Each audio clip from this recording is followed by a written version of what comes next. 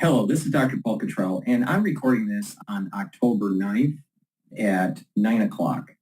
Markets haven't opened yet. We're going to do the pre-market open, and we're also going to go over some of the news in the Middle East, the hurricane, and anything else that pops up.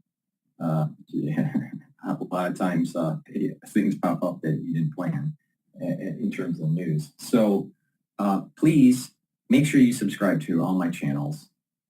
I'm trying a new format out, so please help support my work by making sure you follow the channels. I have 4 channels on YouTube. I have Brighteon, Bitchute, and Rumble.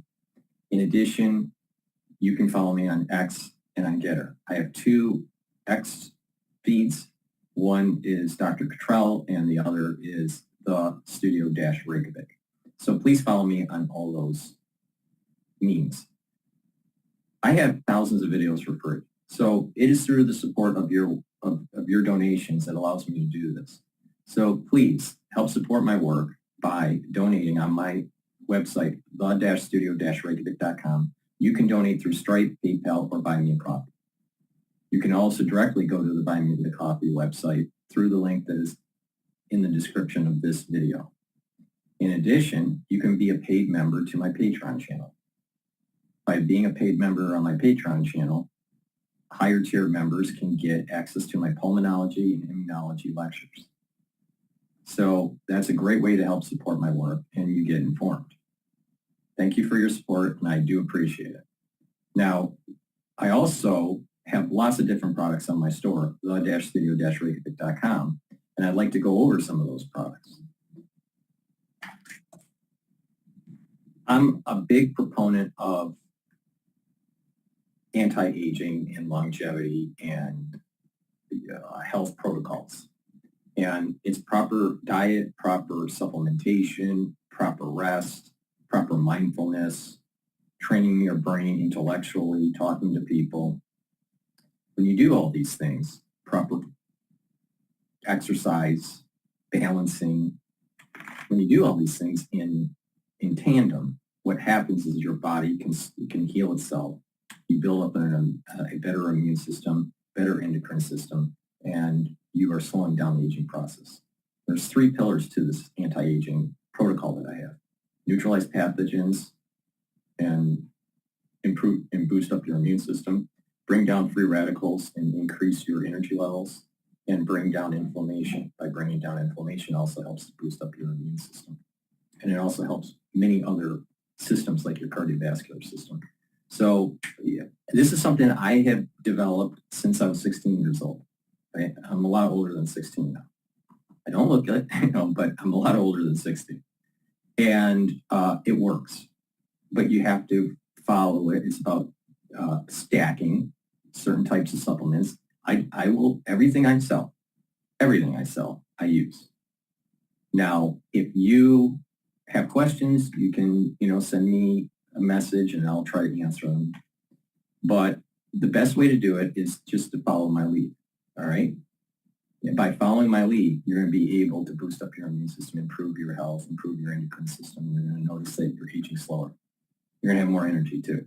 So please go to my store, the-studio-reykjavik.com. We're going into the cold season, so it's really important to mitigate irritations in your throat, all right? The moment you start having an irritation in your throat, get some lozenges or drops. I have Manuka honey lozenges in a 21 count. And I have blueberry, honey and lemon, and cherry in 100 count drops.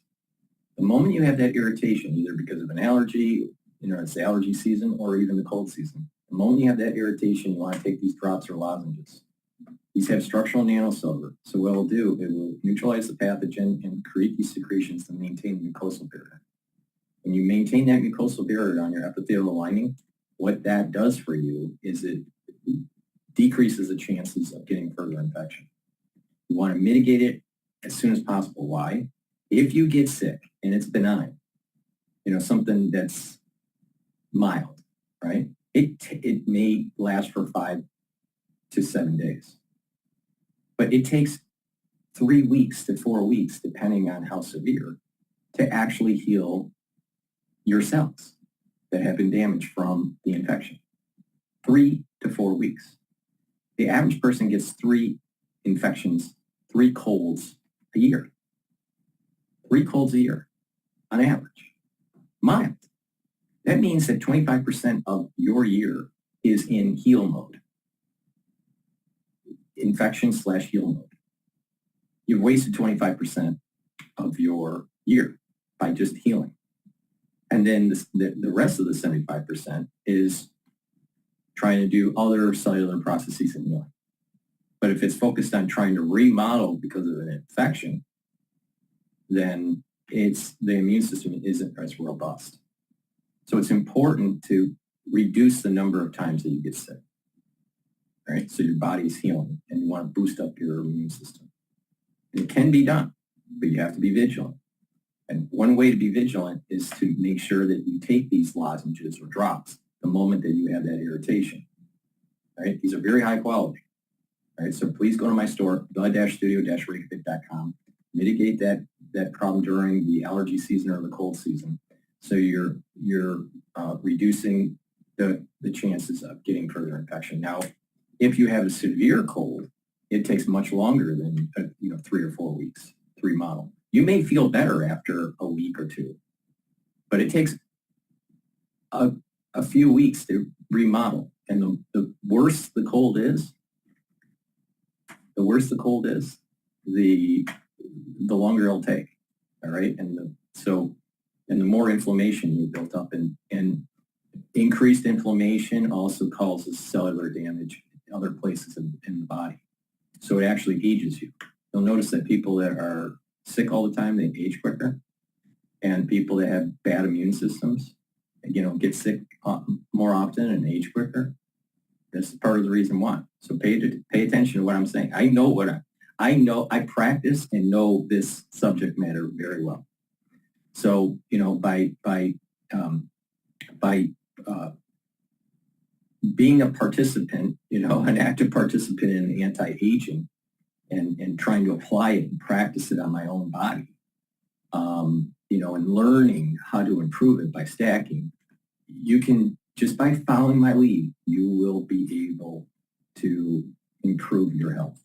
So please go to my store, the-studio-reykjavik.com. I practice what I preach, all right?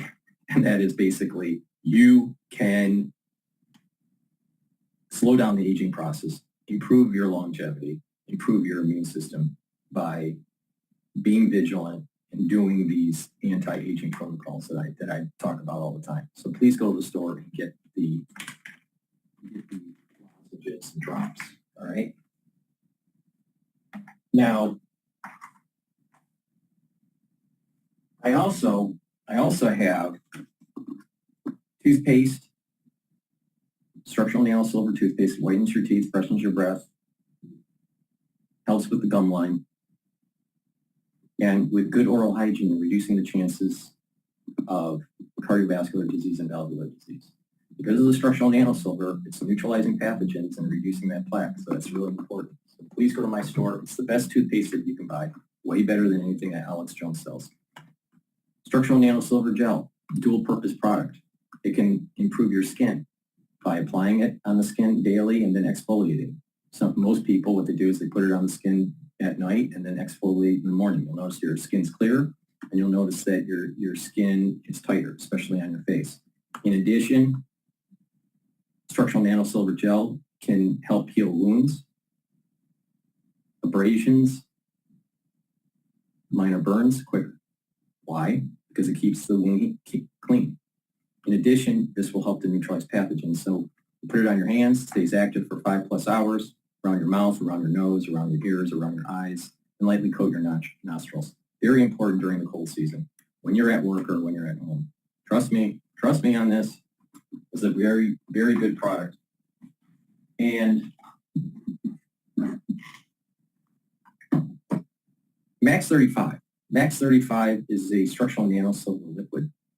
Take a teaspoon of it a day, swish it in your mouth, gargle, swallow. Neutralizes pathogens, maintains the mucosal barrier. Take it every day, all right?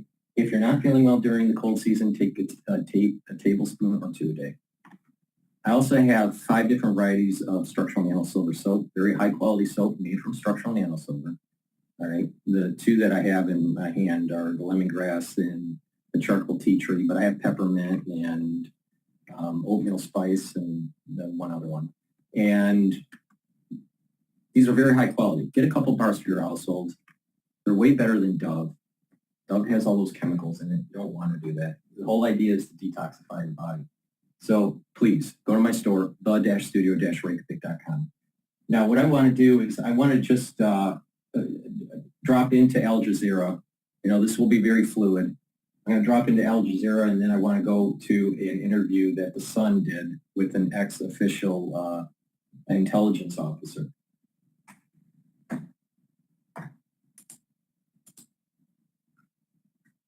To exist as it does as a Jewish demographic majority, which is predicated on the constant removal of Palestinians. It's a pact that's been made within the international community that the expenditure, that the loss, that the cruelty against Palestinians is a price worth paying. And yet Palestinians again and again every day in moments of being pummeled and in moments of rising in resistance have challenged this Western racist discourse, which is blatantly a colonial one, explaining that that is not an equation that is viable and that Palestinians do exist, that Palestinian life is worthy, and that colonialism is still an illegitimate form of governance. I just want to add something in terms of what the law has to say about this. South Africa, apartheid South Africa, the United States, as well as Portugal during its colonial regime, tried to insist that they had a right to use force against their colonies, and they described it as self-defense, and that has been rejected. No colony, no settler colony has the right to use force in order to maintain its territorial holdings, and that is precisely what we're seeing right now. The problem is that colonialism has been made invisible to people so that they don't understand what it is and they don't have the language to use it. And so much of the activism and the scholarship and the work of this past year has been to illuminate that to the world, that we are not in a post-colonial order, but that we continue to exist under colonial regimes. America, obviously the US government invariably say that it defends, as we were just saying, Israel's right to defend itself against armed groups like Hezbollah and Hamas and Iran as well. At the same time, of course, the number of predominantly Palestinian civilians who are killed in the crossfire rises and rises. We're now at least 42,000 in Gaza. As allegations of complicity in genocide continue to grow and calls for some sort of accountability, how hard does it become for the U.S. to defend itself against those allegations? I think that the U.S. has already shot itself in the foot, exposed itself as not only supporting Israel's genocide against the Palestinian people, but being a primary source of it. This is a U.S. genocide against Palestinians. What we're seeing in the expanding war front is that this is a U.S. war against Arab regimes and across the Middle East, a continuation of what we saw in the illegitimate, illegal attack on Iraq in 2003, aimed at regime change, now continuing into the present under the auspices of self-defense, but which we must understand as colonial aggression. Palestinians have not been killed in brutal crossfire. Palestinians have been targeted. They are the target of the attack. Their destruction is the objective of Israel's operation, as much as has been made clear by their deliberate starvation. Remember many, many moons ago when I kept on saying the ultra-liberal is going to try to do some Westphalian logic for international affairs to try to demonize Israel and its move for the larger border system. But you got to remember, these events that are taking place are not the will of man. These are the will of a higher power, all right? Now, you may have different definitions of that name, you know, that Godhead or whatever. But the point here is that this was predicted for thousands of years, not hundreds of years. All right, World War II ended in 45, 46, 45, yeah, right, depending on which theater you're talking about, right? So, well, 45, I guess it was, around 45. So It hasn't even been 100 years with World War II. All right, it's just been a little bit over 100 years for World War One. Right, World War One ended in 1918. Right, it's 2024. So we haven't hit the 100-year mark for World War II, and we just passed the 100-year mark for World War One. All right, but these events that are taking place have been predicted have been said that they were going to happen for thousands of years, and we're living through it now. Now, it's in our power to make this a peaceful transition or a bloody transition, but it's going to happen. It doesn't matter what you think. It doesn't matter what kind of Westphalian logic you spin. It doesn't matter. It's going to happen. Now, the question is will it happen with Israel destroying itself first, and then Israel reconstitutes somehow, some way? Maybe, maybe not. But it's going to happen.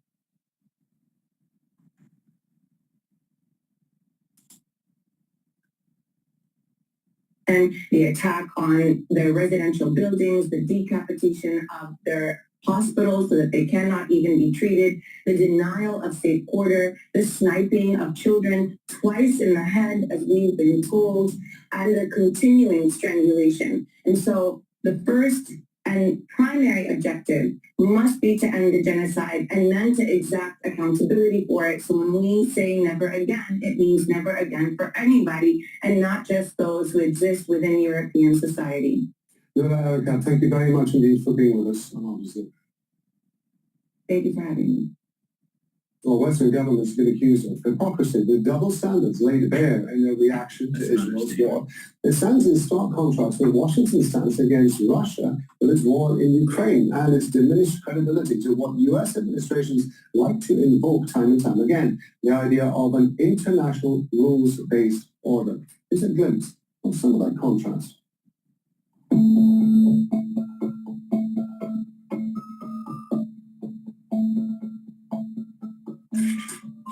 So we have made clear that there have been atrocities committed by Russian forces. We support a range of international investigations into Russia's atrocities in Ukraine, including the one conducted by the ICC. The United States fundamentally rejects the announcement today from the prosecutor of the International Criminal Court that he is applying for arrest warrants for senior Israeli officials together with warrants for Hamas terrorists. I believe most of us share many of the same goals. First and foremost, we want to see an immediate and sustained ceasefire. Will those in favor of the draft resolution raise their hand? Abstention.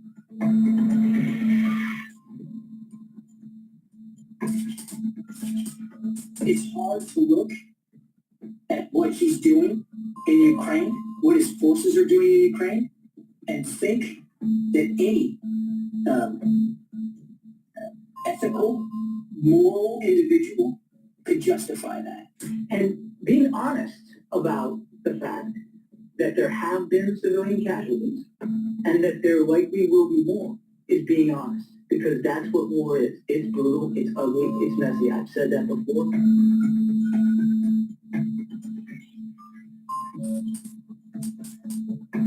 All right. Now, Yesterday, President Biden said that, in his opinion, all right. I want to play the Sun interview. I thought this was interesting and insightful here. But it has a bias. This time is not going to be symbolic. This time I would anticipate that the Israeli response will be much more robust. Hi, Eddie. Thank you so much for joining the call. Very much appreciate it. I was just wondering, if you could tell me a little bit about yourself, who you are and what you do. Yes, my name is Avi Melamed. I'm a former Israeli intelligence official and senior official on armed affairs. I'm the founder of Inside the Middle East Institute, providing apolitical, non-partisan education about the Middle East. Just talking about the Iranian strikes, can you just talk to me about, what you thought when that happened? Were you surprised? What do you think about those strikes? Look, we have to look at it in the wide context of what has been going on in the region in the last year, but even before the last year, for the last couple of decades. To make a long story short, the Iranian regime is trying to position itself as the superpower in the Middle East, and to that extent, he has created a network of armies of terror called the Axis of Resistance. That includes organizations like Hezbollah, Hamas, and Islamic Jihad, and others. In the last year, following Hamas' attack on Israel on October 7, Israel fight back and damage seriously those proxies of the Iranians. For the Iranian regime, this is a bad news. And particularly in the Middle East, and particularly in the last couple of weeks when Israel was smashing Hezbollah, the most significant proxy of the Iranians, to the point the Arab world started to mock Iran and its proxies. For the Iranian regime, and like any other player in the Middle East, sometimes the image of deterrence is not less significant than deterrence itself. So at this point, the Iranian regime finds itself in a place where it basically felt that it has to launch this attack in order to try to restore its declining deterrence image. And because for the Iranian regime, if it's going to be viewed as weak, as it's being viewed across the Middle East today, this is something that could endanger the endurance of that regime. That's their decision to attack. And also, how will Iran be feeling with, Israel deciding to invade Lebanon in order to, attack Hezbollah? Already by now, the Iranians are very embarrassed because what happened to Hezbollah. The elimination of the leader of Hezbollah, Hassan Nasrallah, and all the military commanders of Hezbollah, the sophisticated attack on the beepers, and endlessly attacks of Israel that basically charged Hezbollah heavy prices. For the Iranians, in the discussion in the Middle East, many people in the Middle East are basically saying that Iran has thrown under the bus its proxies, Hamas and Hezbollah. For the Iranian, again, in order to try to keep a face in the region and to restore the declining image and deterrence, they need to act to basically try to restore. And the issue is that, ironically speaking, it may result in the counter-productive outcome. And in what way? Because it's very likely that Israel is going to respond to the Iranian attack, and the response this time is not going to be symbolic, as the previous time following the Iranian attack on April 30 on Israel. And this is what a lot of economists and analysts in the oil market and the shipping industry are focused on right now, because it seems that it's possible. A few things are possible on the table here. Israel hits Iran oil fields, all right? Well, that would mean that the Saudis would have to pick up the difference in the oil market, all right? But, and a lot of that oil is going to China, right? The Iranian oil. So China's going to put some pressure on the United States to solve this problem. In addition, it seems as though Saudi Arabia might be making deals with China. I have to confirm that for oil export. Now, the retaliation could be that Iran mines the straits, so Saudis can't move their oil. Well, then you're talking about,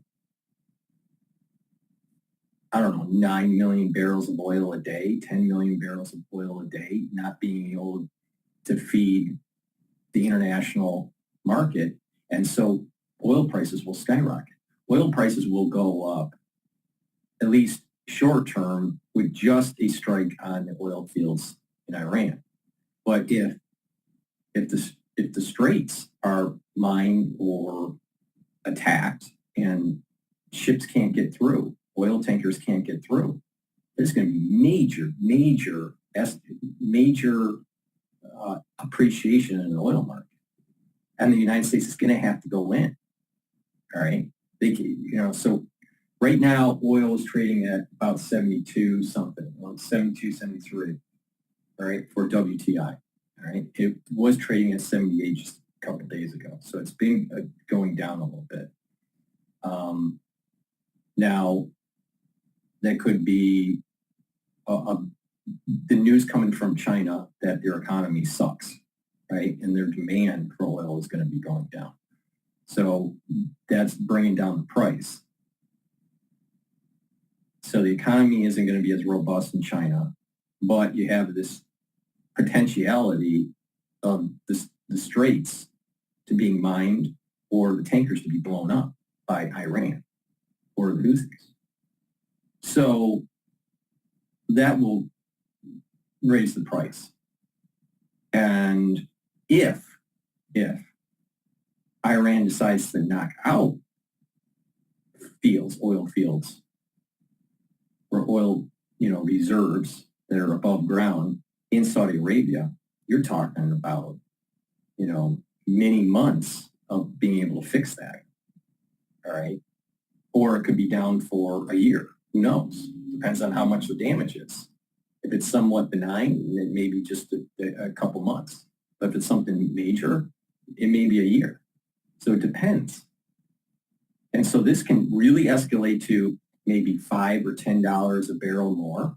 So it's trading at 72. It peaked at 78 during this recent crisis. So I was figuring around 80 or 85 for WTI and 85 to 90 for Brent.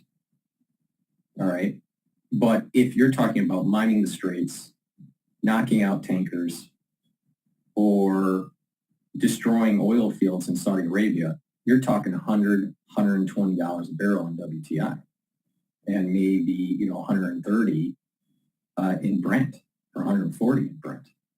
So it could be a big problem. And the United States, if you're listening and you're a pacifist, and just imagine the acceleration of activity by the United States if oil appreciates that fast, and that there can't be a movement of goods, especially oil product, through those straits. Iran will be knocked out, 100%. So, be careful what you wish for in terms of being a pacifist, because by being a pacifist, Iran's going to say, well, the United States isn't going to do anything. Most of the people in the United States are pacifists. We're just going to knock out some oil wells. Big deal. No one's going to hit us. Well, we lost the deterrence. Pacifism leads to enemies feeling emboldened to do things. So you have to make sure that you maintain deterrence. This is a really important international concept. All right. We lose the deterrence factor if we're not willing to engage, and if we allow Iran to go nuclear. So we have to really pay attention to this. Really pay attention to this. That Israel is going to strike, and it's going to be striking hard, and most likely the highest probability is going to be military targets and oil fields.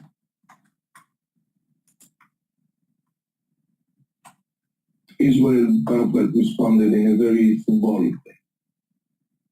This time, I would anticipate that the Israeli response will be much more robust and much more visible. And for the Iranian regime, the scenario that is very likely to happen, where the whole Middle East will see one day, sometime, the damage that Israel has been inflicting in Iran. And when you see it in the Middle East, that has an enormous ripple effect.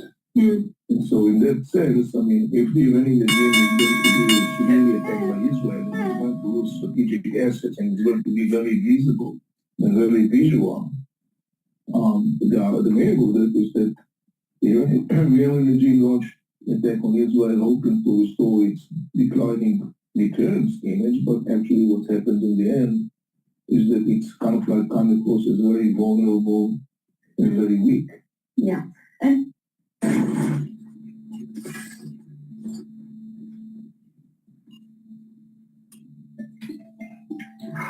very weak. yeah. You mentioned there that, how Israel will respond. It won't be a symbolic attack, and it will be a robust attack. Analysts have been talking today about how Israel might strike, Iran's oil fields, that kind of thing. But also I've been speaking to other experts yesterday about how Israel could potentially launch attacks on Iran's nuclear sites, before they actually create enough uranium and weaponry to actually it's below ground make now. a nuclear It's above bomb. ground, yes. So do you, when you say that Israel could respond, could they could they attack their nuclear sites? Well, look, I assume that from a military perspective, such capacities exist. Again, but I don't necessarily think that that will be the target. I think that the Israeli response clearly is going to be coordinated with the United States. And I think that the United States totally understand the need to respond fiercely. However, the United States, I would say, would not like to see an attack on Iran's nuclear facilities or Iran's oil facilities. So I don't think that that will be the target of the upcoming Israeli attack. Right, okay. And what would they be striking then if Israel does launch an attack on Iran? What will they be focusing on? Well, first, you can clearly expect that differently from the Iranian attack that is totally indiscriminately targeting cities and civilians, you could definitely be sure that the Israeli attack will be very much pinpoint. And it will focus on very clear legitimate targets, such, for example, military bases, infrastructure that is vital for the Iranian military establishment. I would expect, I would not exclude also attacking some governmental symbols of the Mullah regime, and particularly the Iranian Islamic Revolutionary Guard in Iran. So there is no lack of targets, I would say, that Israel could hit, causing the Mullah regime substantial damage, yet not to the point where the Mullah regime necessarily will have to counter-react. Because here there is a fine line of very delicate Markets just opened, and the S&P 500 is 5,747. All right. And the feed that you're seeing on the screen is real time. All right. And what I just read here might be delayed. So the real time is 5/7/48/87. The VIX, which is the risk indicator, that's at 2157. So that's a little bit of elevated risk in the market. So it's there's a little bit of risk, probably because of what's going on with the Middle East and China and the China economic issue. The Euro USD is at 1.095 and oil is trading at 72. So we have a decline in oil prices right now. Now, let's continue with the sun interview here. Here to the United States and also to Israel and the region that an Israeli response is inevitable. It should take place. The question is, what kind of a response would it be that on the one hand will send a shocking message to the Iranian regime, that will send a shocking message across the region, but yet at the same time will not inevitably will not lead in an inevitable way to further escalation of the tensions. And that must be a very difficult, game to play in terms of not going too far, but going far enough. And you mentioned there that they might strike the military, infrastructure. Can you just explain what you mean by military infrastructure for our readers? It could be missiles based, it could be bases of IRGC, it could be drone factories, it could be anything that has to do with military activities. Yeah. And It's so annoying. expect that, Yep. some of those things will be like we've gone through the targets today. Just talking kind of more generally about Iran and I then don't like the way she interviews the guy. Please go to my store, the-studio-reykjavik.com, and get the collagen peptides. There's a scooper in here, and you mix it with water or with food, all right? Sometimes people mix it with milk. You get a great amino acid profile, all right? What this basically does is that it helps to build bone, tendons, ligaments, cartilage, all right? But also skin. It also improves your skin. So I have done several videos explaining how to improve your skin and by using collagen and linking it with vitamin C and drinking 32 or 64 ounces of filtered water throughout the day and using C60 and resveratrol to help build up the basal layer of your skin and topically using the structural nanosilver gel to improve your skin. So get the collagen, help improve your skin, your nails, your hair, your bones, your joints. Really important. All right. Please go to my store, the-studio-reykjavik.com, and get the collagen peptides. This is a great buy. You get a lot of material here, right? This is big scooper here. So in addition, please go to my store and get the multivitamin that I have. This is an easy to digest multivitamin. Why do you need to take a multivitamin on top of other supplements? Is because with a multivitamin, you're going to get the vitamins that you need that are cofactors for enzymes. So you have enzymes in your cells, and there are minerals and vitamins that those enzymes need as cofactors to be able to have the right conformation so they can do their process properly and efficiently in the cell. People that they have vitamin deficiencies, those cellular processes don't work as well. So it's really important to take a multivitamin. In addition, as we get older, it's hard to digest certain things. This is an easy to digest multivitamin. So please go to my store, the-studio-reykjavik.com, get this multivitamin and add it to your daily routine. Now, probiotics. Probiotics are really important to take. Now, this is a veggie cap version, all right? I also have a powder version that's not with me at this moment. And the probiotic helps to reset your gut biome. A good gut biome will bring down inflammation, improve the health of the gut lining. Having a good gut lining means that you'll have a better immune system because your immune system is, you have bacteria colonies and stuff in that mucosal layer. You have IgAs, which are a type of antibody in that mucosal layer. And that helps to keep the health of your gut. But if that barrier is reduced, you have less IgAs, you have less good bacterial colonies within your gut. You digest poorly, you get leaky gut syndrome, and in addition, you can cause DNA damage in the cell lining of your gut. Well, when that happens, you build up DNA damage, it may go cancerous and get polyps and tumors. All right, so you don't want that. All right, trust me, you don't want that. So you need a good gut biome. In addition, a good gut biome will allow for proper absorption of nutrients and metabolism. Your body needs to work in conjunction with your gut and your liver. They need to communicate.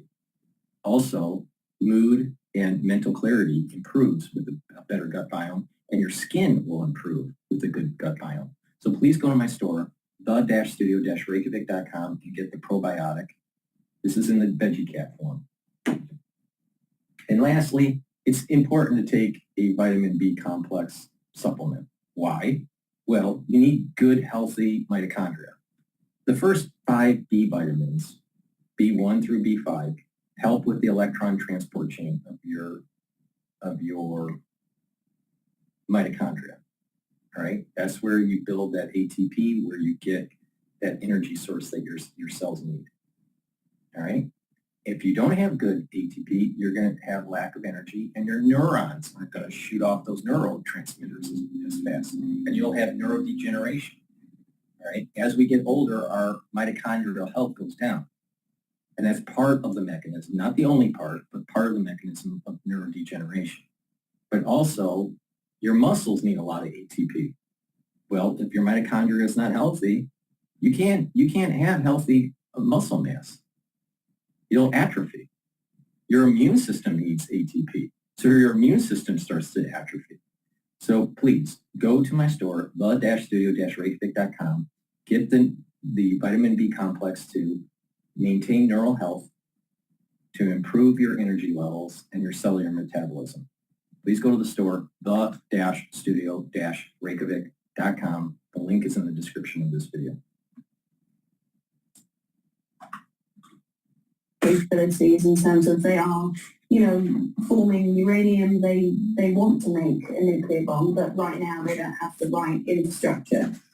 But what would happen if Iran, if Israel got intelligence that Iran was about to make an Iranian nuclear weapon? Would it be then that they, could strike nuclear bases? I'm not talking about this week, but, in the future, if they feel that threatened. Look, Israel constantly said that it would not enable Iran to have a nuclear weapon. Obviously, now that you see that we are dealing with a brutal, dangerous regime that is attacking countries with hundreds of ballistic missiles, you can further understand why Israel is such a good reason not to allow Iran. If you're happy and you know it, clap your hands. If you're happy and... Not to allow Iran to have the nuclear military capacity. But it's not only Israel, it's the world. And this is the most significant thing. This is a very pivotal moment. This is a moment of truth, for too long, Western powers chose not to confront this regime. They're kind of like kicking the can down the road, thinking that some strange mindset that, well, it's not really our problem and, it will solve by itself or whatever. But what we saw constantly all those years, many years, of the Iranian aggression, that the situation only became worse and worse. And it goes back to a very simple lesson that, every person that still has functioning mind knows if you don't deal with the bully when it's little, you will have to deal with the bully when it's bigger. If Israel does retaliate in a strong response, as you said, what would happen then? What is the worst case scenario? Could there be a war between global powers eventually? Of course. Is that, one of your fears? Could that happen? I tell you, Well, look, it's definitely a possible scenario, but not necessarily an inevitable one. But again, we are witnessing the situation where it has the potential to further escalate. And I wouldn't go into the place of, some people are talking about it as a global war, WW3. I wouldn't necessarily go there. But I would definitely say that he's wrong. assuming there is going to The be... reason why it could be, is it inevitable that it'll be World War III? No. Is it inevitable that Iran's getting knocked out? Yes. Is it inevitable that it's World War III? No. The problem comes in is that what's going on in that region could cause a perturbation in Asia where it will go World War III. All right? And a great way to do that is to knock out the oil wells in Saudi Arabia by Iran. And this could escalate much farther. Now, this is the reason why I kept on saying everyone in the world is being judged. And some people are going to be blessed Some people are going to be cursed. And it's not as simple as just blessed and cursed. Sometimes you're getting cursed first and then you get blessed, and sometimes you get blessed first and then you get cursed. But we're going to be making decisions, and if we make the wrong decision, and in America, for example, because the whole world is being judged at the nation level and at the individual level. If you're a pacifist and you're not focusing on knocking out Hamas, Hezbollah, and Iran, you will be cursed. This nation will be cursed economically, in industrial capacity,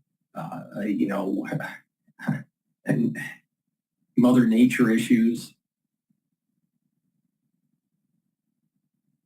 internal strife within our politics, the battle between conservatives and liberals, an erosion of our government pillars like the legislative branch, the executive branch, and the judicial branch. A lot of things can happen. And a lot of Americans don't realize that America has been blessed for many years.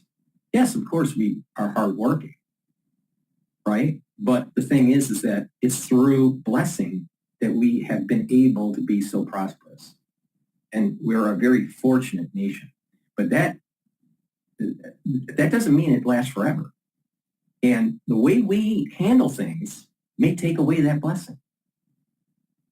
And I think people would change really quick. So this idea of being a pacifist in this case, I think is wrong. I think our engagement with the whole NATO expansion and funding Ukraine is wrong.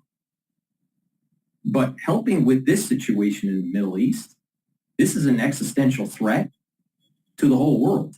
Putin's not an existential threat to the whole world. But Islamic terrorism is.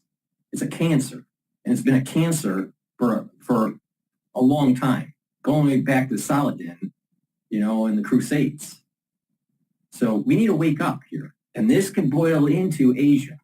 And that I have explained many times that if this event boils into Asia, or Xi feels as though he needs to make his move on Taiwan and try to push back the hegemonic power of the U.S. naval fleet, you're talking about World War III.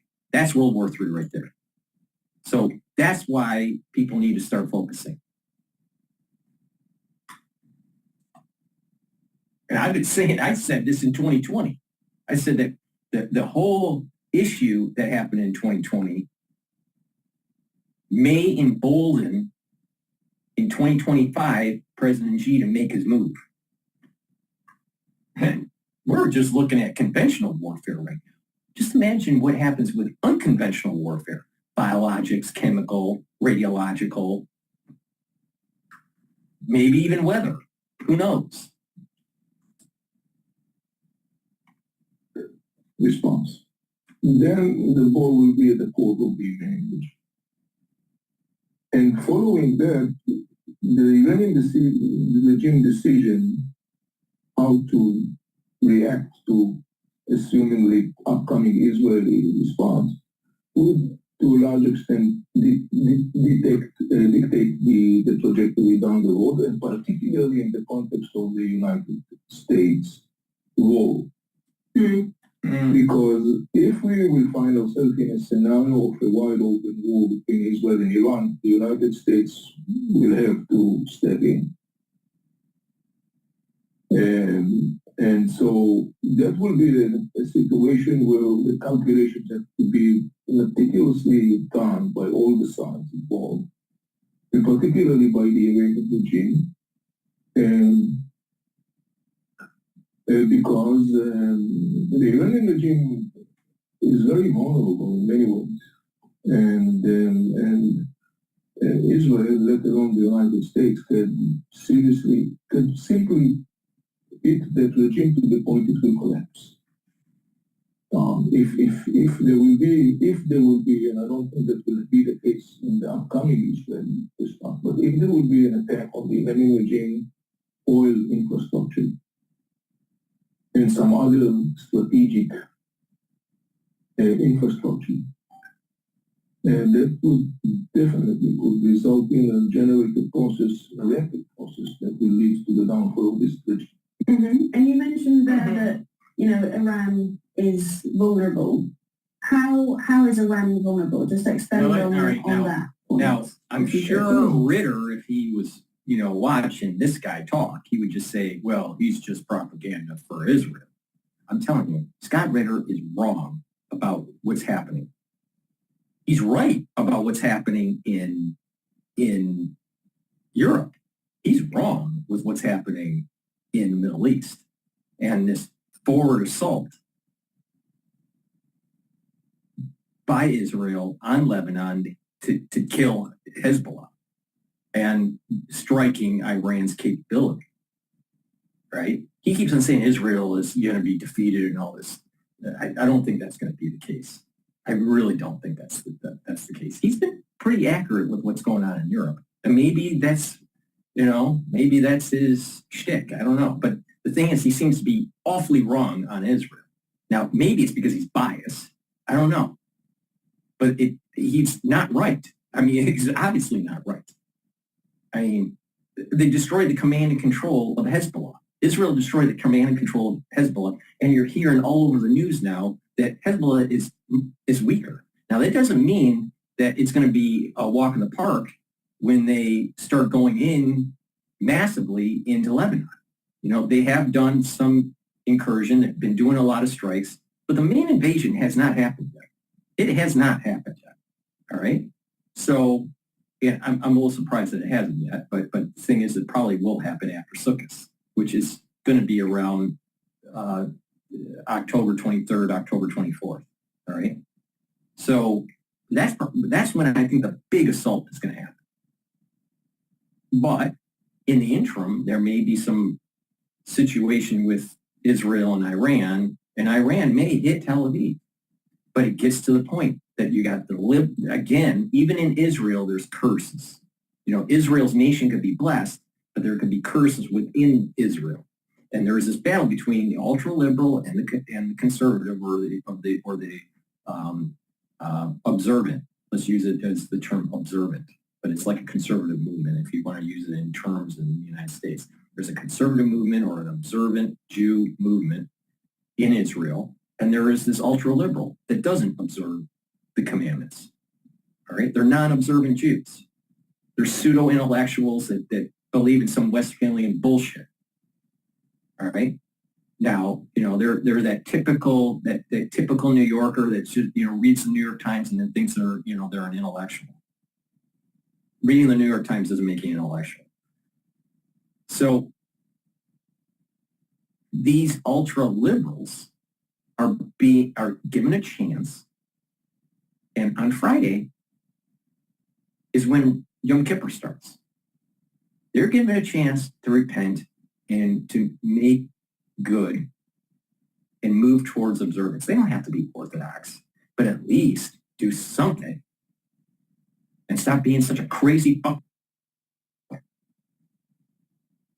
But what is going to happen, I think, is that many of them are going to keep on saying apartheid and, you know, Gaza, you know, two-state solution and all this crap, which is antithetical to what is predicted in the Zohar and in the Bible and other Kabbalistic texts that are very old, all right? Not the UN, which is, less than 100 years old.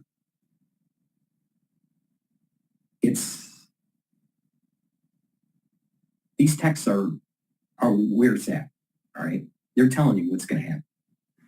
Now, doesn't give you like the exact detail. Again, Israel may be cursed to the point where it's actually absolutely destroyed. But in that process, there may be other nations around it that are destroyed, and that sounds nuclear to me. All right? And that maybe that whole region reconstitutes where Ishmael and Isaac rebuild the region. And it goes to those biblical times.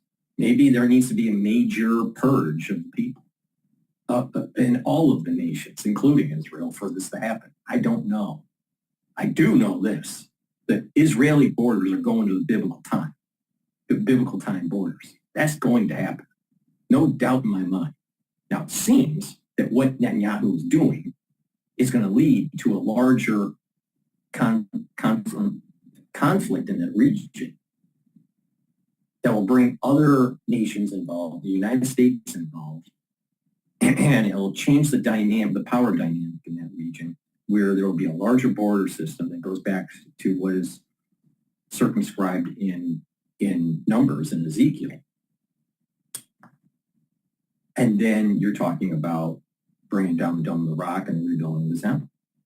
Now, that doesn't mean it's going to happen tomorrow, but it may happen in 10 years, 20 years, 30 years. This is a step process.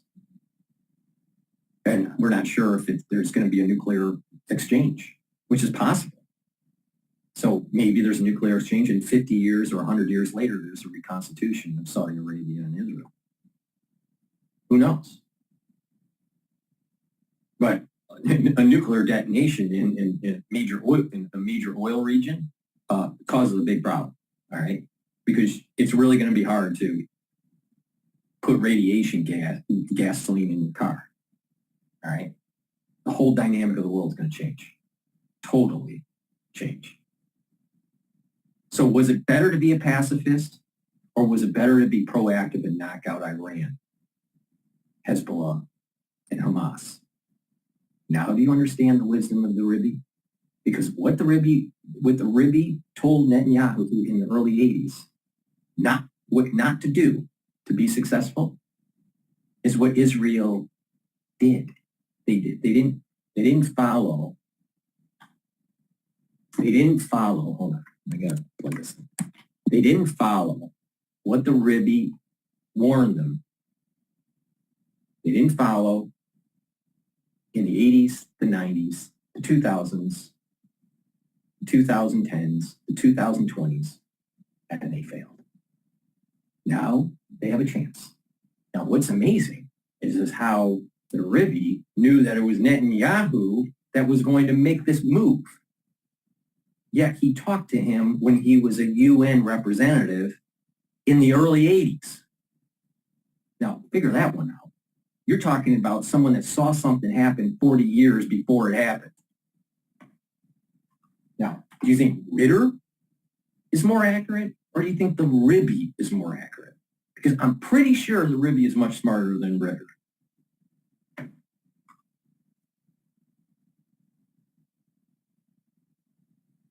People need to wake up. What's going on here? Oh wait, before I start, first. That's my riff on that. Before we go back to this interview, please go to my store, blood-studio-reykjavik.com, and get the vitamin C. This helps with your skin, but it also helps to boost up your immune system. If you're not feeling well, take a double dose. Drink it with filtered water. Magnesium and zinc also boosts up your immune system. If you're not feeling well, take a double dose during the cold season. Also drink it with filtered water. Resveratrol helps to get rid of senescent cells. It's an antioxidant, and it helps with mitochondrial health. It's synergistic with C60 and other supplements that I mentioned that help to boost up your mitochondrial health. So please go to my store and get the resveratrol. I've been taking resveratrol for decades. Omega-3. This is a dual-purpose product. How? It'll bring down your LDL and HDL levels. It'll bring down your HDL levels and it'll bring down your LDL levels and I'm tired. It'll bring down your LDL levels and increase your HDL levels. All right, so omega-3 will improve your lipid profile. Brings down your bad cholesterol, increases your good cholesterol. All right. Omega-3 also helps to prevent your red blood cells from sticking. All right, that means that you're reducing clots. And people have clot problems, especially in the aftershock of 2020. All right, so if you listen to me, I'll navigate you through the problem. I'm good at this, all right? I'm very accurate and very comprehensive on this. So please go to my store, the-studio-reykjavik.com, bring down your LDL levels, increase your HDL levels, and prevent those red blood cells from oversticking. All right? So please go to my store, the-studio-reykjavik.com, and get the omega-3. This is synergistic with nattokinase, and I'll talk about nattokinase in a few minutes. It's totally dependent upon its oil readiness. Second, Iran is a semi-arid country. It is a very significant challenge of water, which causes constantly unrest across Iran. Iran is huge in its territory. Also, there is many dysfunctioning or partially functioning national level systems or infrastructure. Like electricity supply, water supply, and stuff like that. So in many different aspects, the regime has many Achilles heels, so to speak, some problems, but also in addition to that, to remember that there is a constant unrest in Iran because the majority of the Iranians clearly would love to see this regime goes down. And it is a total regime that is oppressing the Iranian people. There are minorities in Iran that are badly oppressed by the Mullah regime, the Baluchis, the people in Kazakhstan. So there are many points of weakness that the Mullah regime is aware of. And hence the understanding. All right, I just got an email from the Harvard Crimson, all right?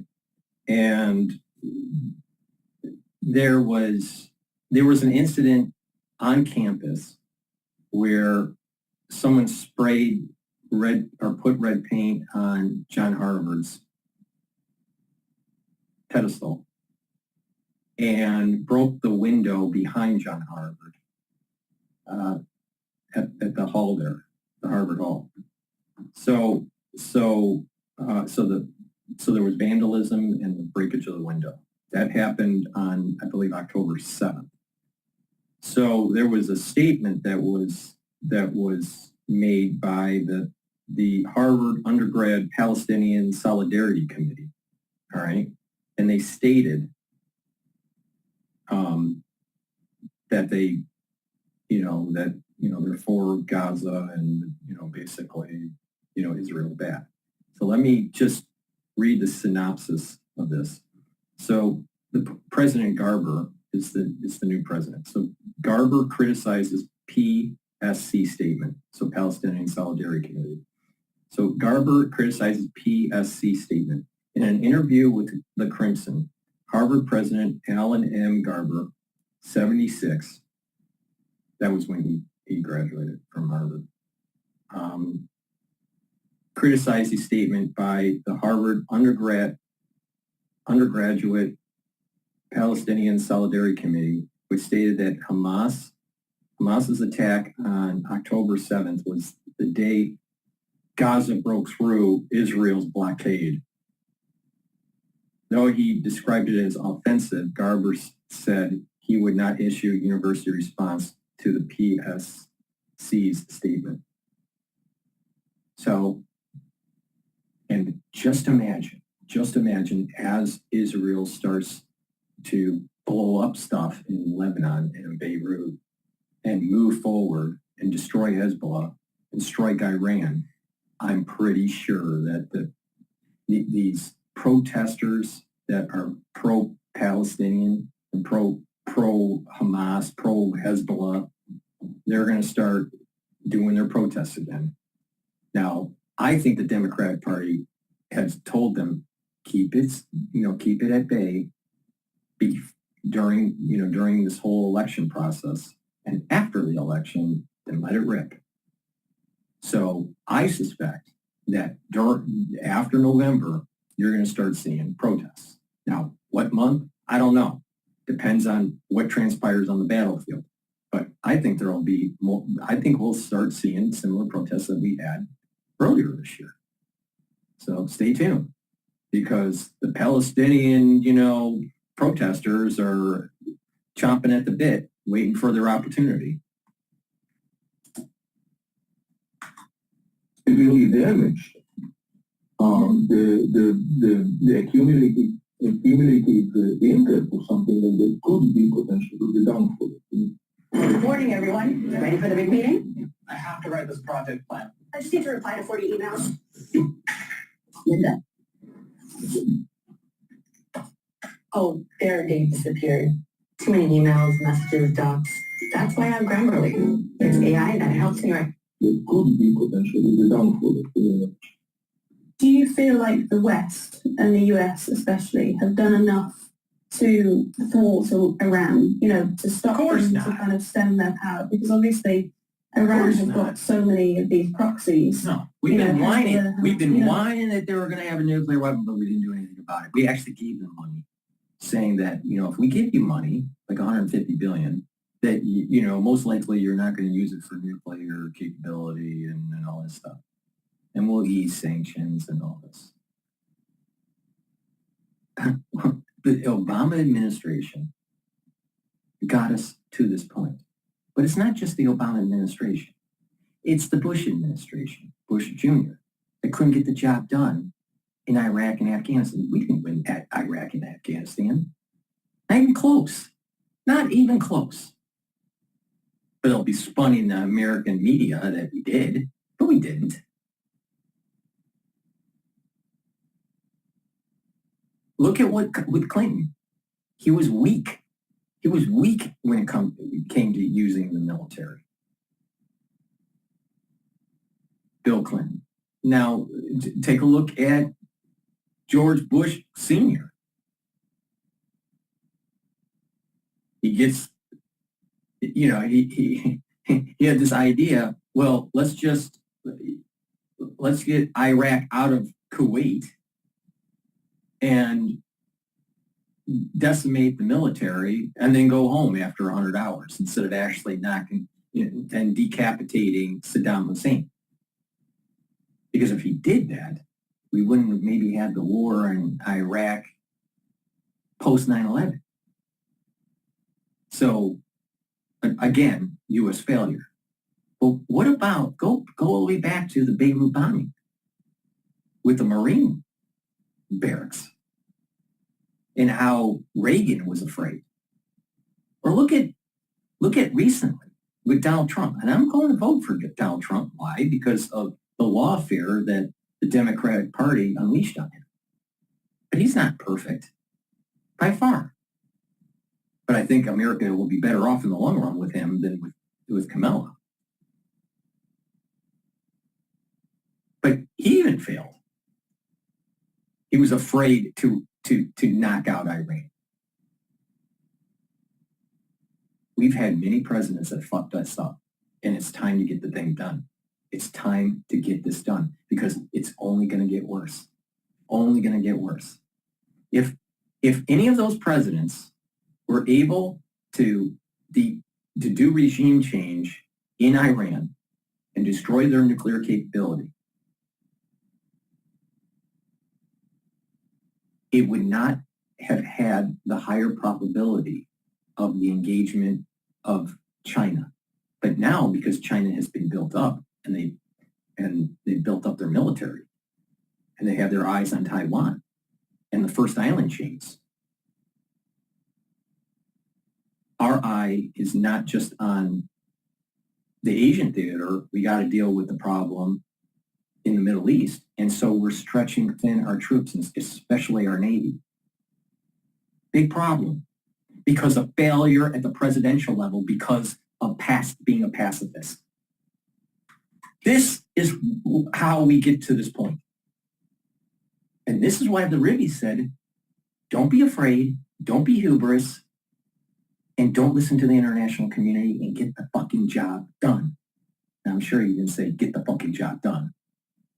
But the point here is that that's the only way out of this. Talking and being a pacifist is not going to get the job done. Pretending you're some sort of pseudo-intellectual and you're going to, try to spin it that Israelis are losing on the battlefield and that, the reality of the situation. war is hell for everybody, and there's going to be people that die, and there's going to be collateral damage, and it's going to be inflationary, and things get blown up. But there is such a thing as it may be worse down the road if we don't do it. And all the data points suggest that's the case. If you really care about the Palestinians, if you really care about the Palestinian health and well-being, Hamas, Hezbollah, and Iran need to be destroyed. Because unfortunately, the Palestinians have been held hostage by the PLO and its manifestations in Hamas.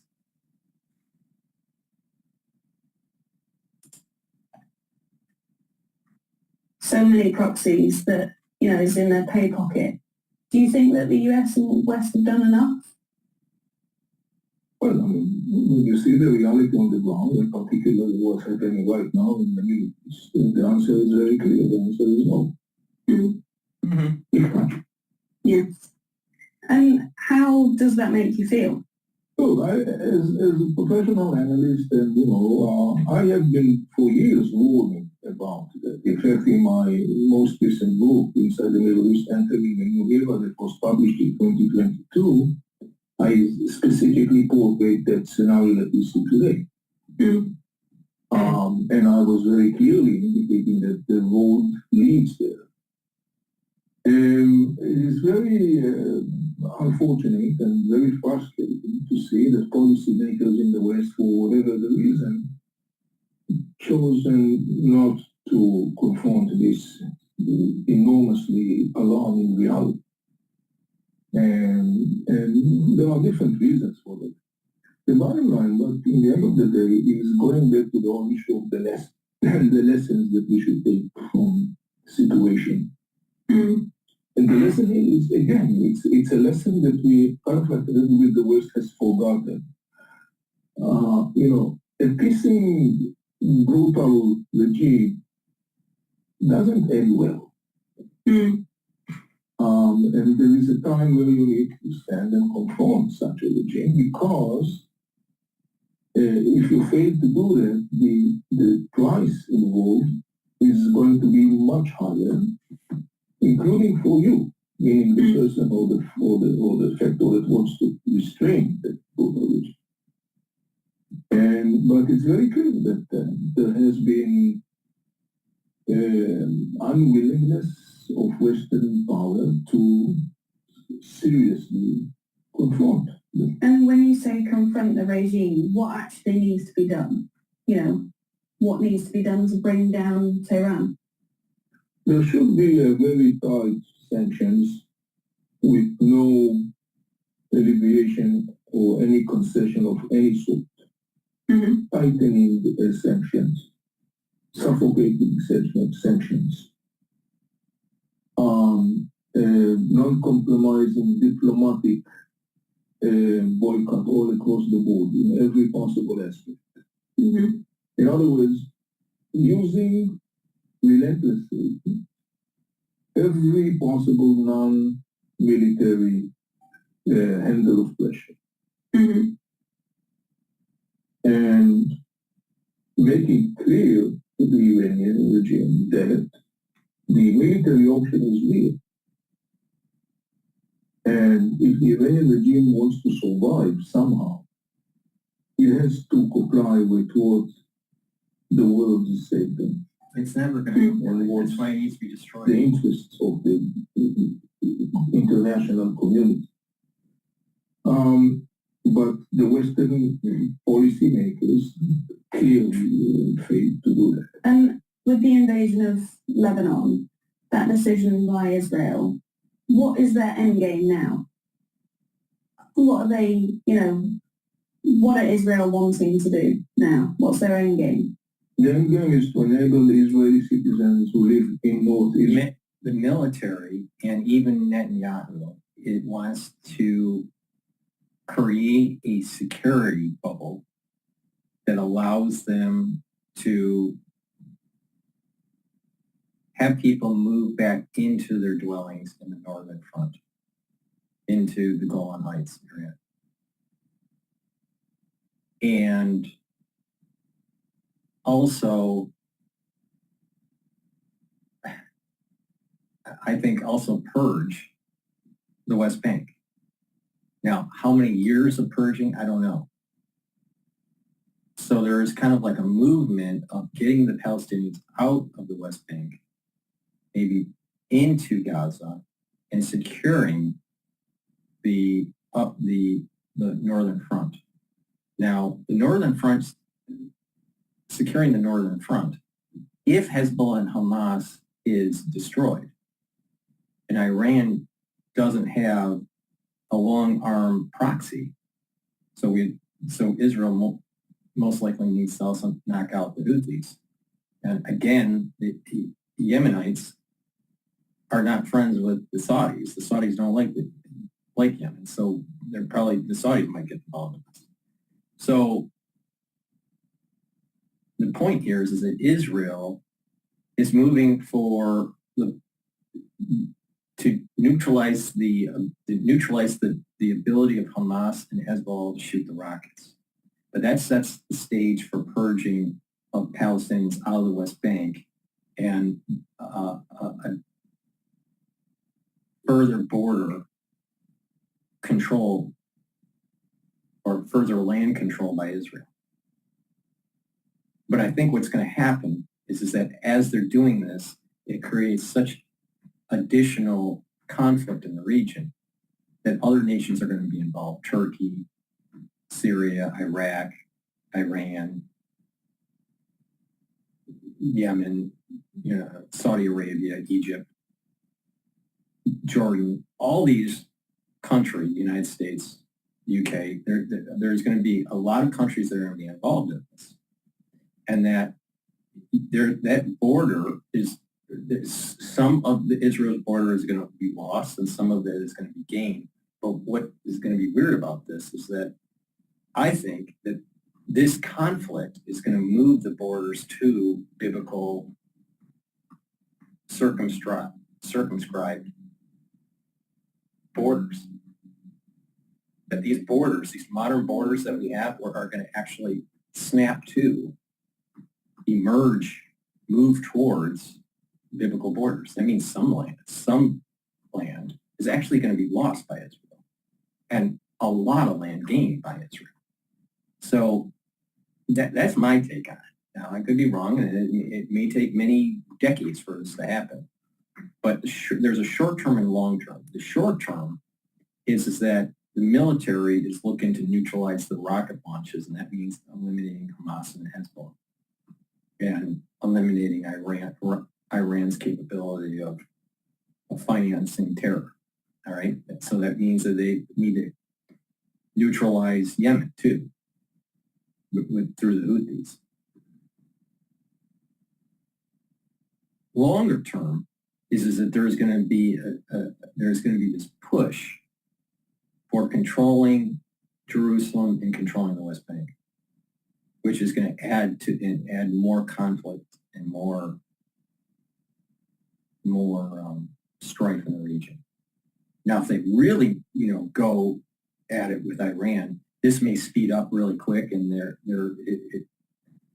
there's so much activity going on against Israel and all these other nations that you literally have a major war. I mean, not just a war between two small nations, like Lebanon and Israel, but a major war that involves all actors in that region that probably would spill over to other areas of the world, especially Asia.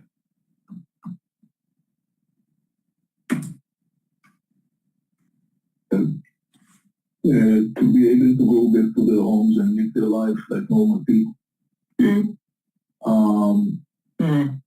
There is international United Nations Security Council resolutions 1555, 57 and 1701 that clearly ordered the Lebanese government to deploy the Lebanese army along the border and to make sure that the Hezbollah will remain north of the Litani River. The Lebanese government, which is kind of like a ridiculous entity, because Lebanon is a facade. Lebanon, the real boss in Lebanon is Iran and Hezbollah, or hopefully one day has been. But for now, they kind of like control all the Lebanese government agencies and decision-making position and centers of power. And so the bottom line is that because of the failure of the state called Lebanon, because of the takeover of Lebanon by Iran and the Hezbollah, Israel has the one that has to pay the price for that. This is unacceptable and inconsiderate. There is no reason why Israeli citizens should pay for the incompetence and corruption of the inner political system in Lebanon. And if that system cannot make sure that its neighbor from the south, namely Israel, will have the right to live calmly and peacefully, then Israel has to act in order to make it happen. So the end goal here is very clear. To create conditions that will enable Israeli civilians. There are some 60 or 70,000 Israeli citizens that became refugees because of the Hezbollah's attack on Israel. And to enable those people to go back to their homes, to their communities, to restore their lives, and so on. And the only way to do that, since, as I said before, no one is imposing resolutions of the Security Council, Israel has no other choice but to do it itself. And it has to be done militarily because there is no other. How will Hezbollah be feeling, since the invasion of Lebanon? Look, the Hezbollah now in a very dire situation. It has been severely beaten. For many years, the Hezbollah basically built itself not only as a Lebanese superpower, but as a regional superpower. The Hezbollah is involved in other arenas, in Syria, in Iraq, in Yemen. It became the cornerstone of the Iranian regime. This is why this whole web of Islamic terror, and the seeds of it are in the PLO. It's in Arafat and all this stuff. The sad thing is Sharon could have killed Arafat on the battlefield, and he didn't. He let him go, and there wouldn't be a PLO. And so here again, it says in the Bible that people try to, people don't finish the job, and then it comes back to haunt them. And we're living through it right now. If Sharon killed the Arafat on the battlefield back in the 60s, they wouldn't have had this fucking problem.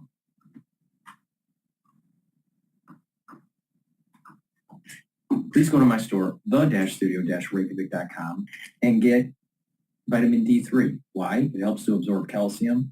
It is a gene expression cofactor, so that allows for cellular processes to be performed. In addition, it also helps to get rid of apoptosis. It is used to get rid of cells that need to go into apoptosis. All right? So please go to my store, the-studio-reykjavik.com. Get the vitamin D3. I take this every day. I take 2 soft gels, one in the morning and one in the evening. But based on your BMI, it depends on how much D3 you need. Ashwagandha root. This helps to bring down inflammation. How? Brings down cortisol levels, brings down your glucose levels. And when you do that, it'll reduce that inflammatory response. It'll help with the immune system. Ashwagandha root is synergistic with turmeric. Turmeric is an antioxidant, but it also brings down inflammation. Very important because Americans are chronically inflamed. If you have a chronically inflamed gut, you're going to have problems. Digestive problems, mucosal layer will be inadequate, you'll get sicker often, and you'll get leaky gut and DNA damage with chronic inflammation. So you want to bring down that inflammation and boost up your immune system. So turmeric is a great way to do it, and it's an antioxidant, so it soaks up free radicals. And lastly, olive olive leaf extract, dual purpose product, helps your immune system and your cardiovascular system. How? By bringing down inflammation. Are you noticing a theme? Bring down inflammation, neutralize pathogens, soak up free radicals. That's how you get better health. Olive leaf extract helps the immune system by bringing down that inflammatory response. In addition, it'll also help to bring down LDL levels and HDL levels and increase your HDL levels. So it helps to bring down your LDL levels, the bad cholesterol, and helps to increase your good cholesterol, your HDL levels. So by doing that, if you have less LDL, then you have less LDL that can be oxidized. If you have less LDL oxidized, that means you have less plaque buildup. That means you have a better cardiovascular system. It's synergistic with nattokinase and omega-3. So please go to my store, the-studio-reykjavik.com, improve your immune system and improve your cardiovascular system by taking the olive leaf extract. Realistic vision. And so in the Arab world, which to a large extent loathe Hezbollah, because the involvement of Hezbollah in the war in Syria, because the fact that the Hezbollah kidnapped Lebanon, because the fact that the Hezbollah dragged Lebanon and its people time after time to destruction and death and havoc. In the Arab world, Hezbollah is very much loathed, and so, but it was very much also, they were afraid of Hezbollah, because Hezbollah was really able to position itself as a regional power. So it's no wonder that when Israel smashed so hard the Hezbollah in such a short period of time by taking out all of its leadership, the famous story of the deeper attacks, the hundreds of field commanders of Hezbollah that basically were hunted one after the other by Israel very precisely. In the Arab world, they are celebrating the defeat of the Hezbollah. Not less significant is that in Lebanon, most of the Lebanese resent Hezbollah, loathe Hezbollah. And the Lebanese urged Hezbollah during all this year, do not drag us to this war. This is not our war. Hezbollah, of course, ignored the Lebanese because Hezbollah got used to do whatever Hezbollah in Iran wants to do in Lebanon. All the rest doesn't concern them. So now, when everybody sees Hezbollah lying on the floor, severely damaged, in the Arab world they're talking about it almost in terms like they kind of like compare the Israeli the damage that Israel caused to Hezbollah. They compare it with something that is almost equal as to the Israeli triumph in the war in 1967. And so in Lebanon, obviously, as you can imagine, now there is a very strong backwind for the Lebanese. And that's very important all those years. Because the warning by the Rebbe started with that whole Yom Kippur War. All right? You know, the Yom Kippur War the Yom Kippur War was in the 70s. The 69 war, the 67 war was before that, so it's before the Yom Kippur War. But either way, the point here is that the Rebbe warned in the 60s, the 70s, the 80s, the 90s. He dies, all right, in the 90s. So he stopped warning people because he's dead, right?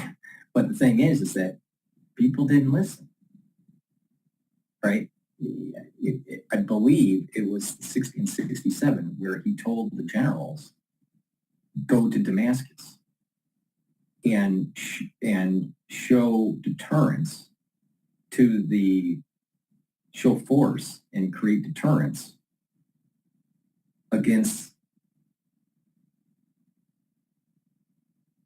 the Muslims that were fighting against Israel in 67. They didn't do that. They weren't willing to do that. So this problem of being fearful and not listening to advice, saying, you know, if you do these things, there will be a cascade of events that take place that will be positive. If you don't do these things, then there will be a cascade of events that are very negative, and it's going to cause more problems. Now, you can take parables in the Bible that are very, very similar, that people didn't do something, and they had to go through an extraordinary amount of effort to undo, and it cost much more time, money, effort, people's lives, everything, right? We're living through that now.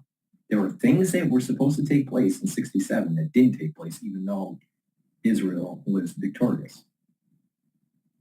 And it emboldened, and then eventually it had the Yom Kippur War, and Arafat starts to rise in notoriety, the building of the PLO, the Palestinian Liberation Organization, and that metastasizes into this Hezbollah, Hamas problem that is in our midst today. Because certain Israelis were afraid to do certain things in 67. Even though that they were victorious, they didn't do certain things that the Rebbe told them to do. So don't be surprised that when you don't listen to wise advice, that bad things happen. And the wise advice here is get the cancer out before it metastasizes. Make sure Iran doesn't go nuclear. Get rid of theocratic regime in Iran. That is our mission. And anyone that wants to spin it in some Westphalian BS is only kicking the can down the road. Want our country back. We want to restore our Lebanon. We want to restore sovereignty. Our sovereignty was stolen from us, kidnapped, hijacked by the Hezbollah. So definitely right now we are talking, I can see very clearly this picking up this momentum. Obviously, Hezbollah cannot go back to the October 6th reality of Lebanon, where he was the big boss and that's it. Things have changed. And so one of the interesting things here will be, of course, how the Hezbollah is going to interact with the inner Lebanese system under the new circumstances.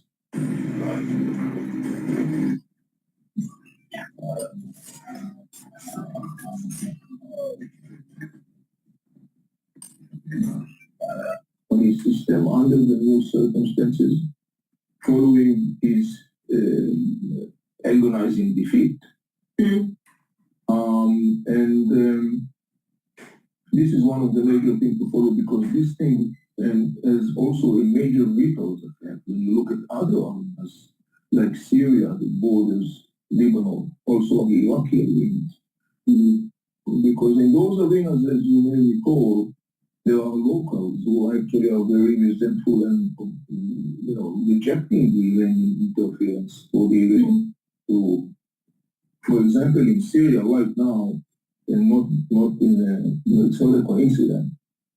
One of the things that I've noticed is that now there is some sort of like momentum of the Syrian rebels that are saying now that the Hezbollah has been defeated, now it's our time to resume in a large volume the war against the Iranian proxies in Syria and against Assad regime.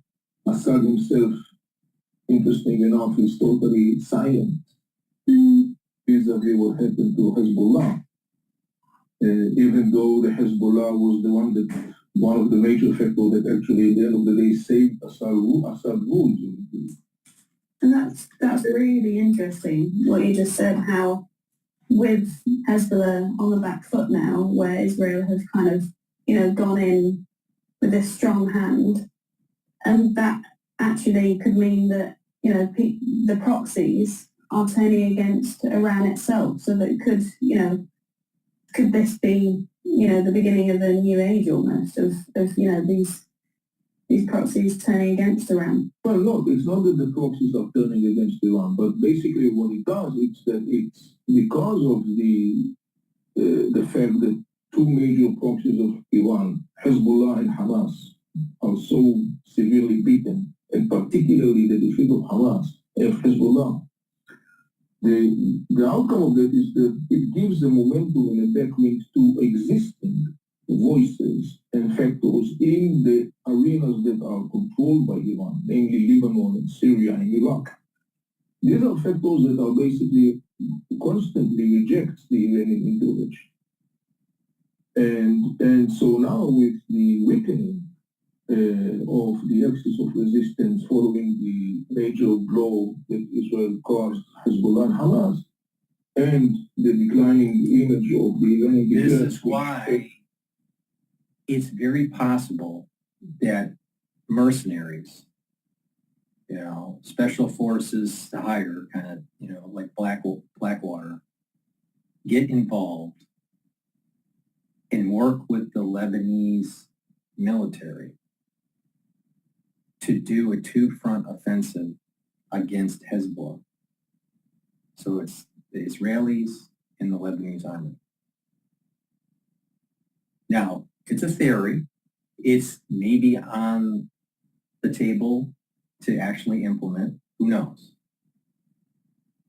I heard that they're trying to push people away from the coastal area. So it sounds like Israel wants to do a sea invasion by sea and also a land invasion from the south. So it's going to be a two-front war. But I wouldn't be surprised that mercenaries get involved in this to try to bolster up the Lebanese army, because the Lebanese army and Hezbollah are two different things. And this is why it's complicated in Lebanon, that Hezbollah has taken over the Lebanese people, just like Hamas took over the people of the Palestinians, right? And Hamas and Hezbollah are offshoots from this whole PLO crap with Arafat.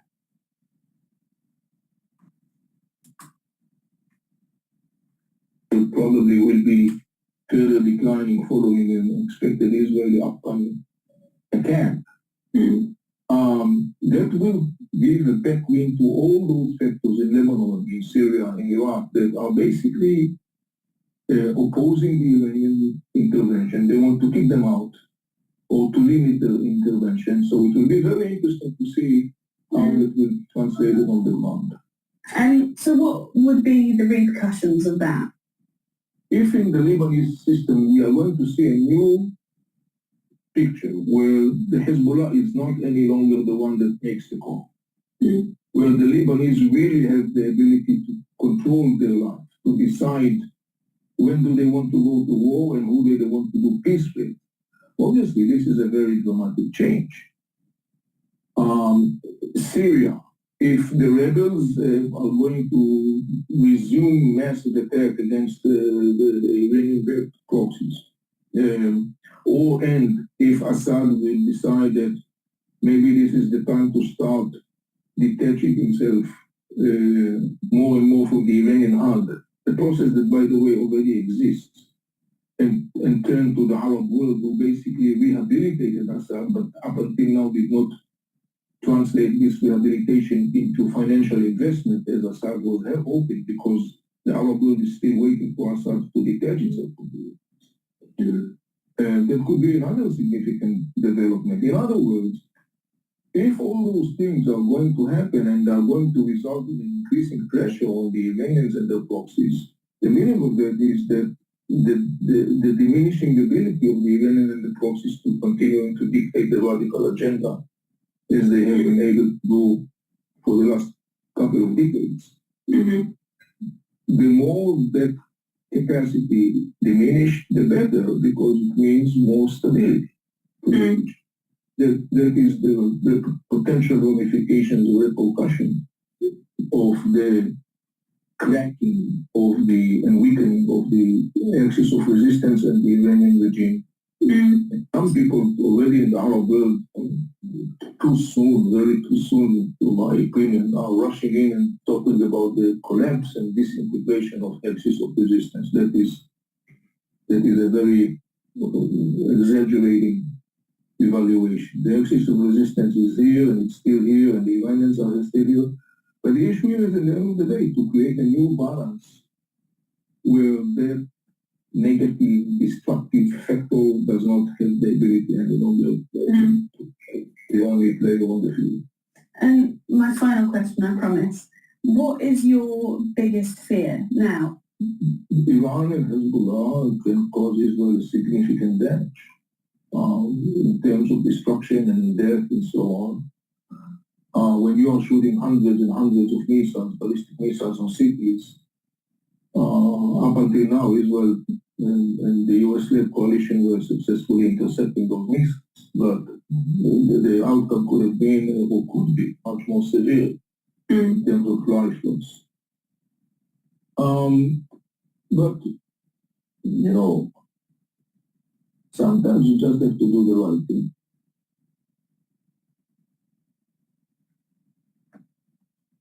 Warning, don't believe the AI trading hype until you watch this entire video. Hi, I'm Lane Mendelsohn. I'm the president of Vantage Point AI. All right, so that, I thought that was a good interview, but she was annoying with her.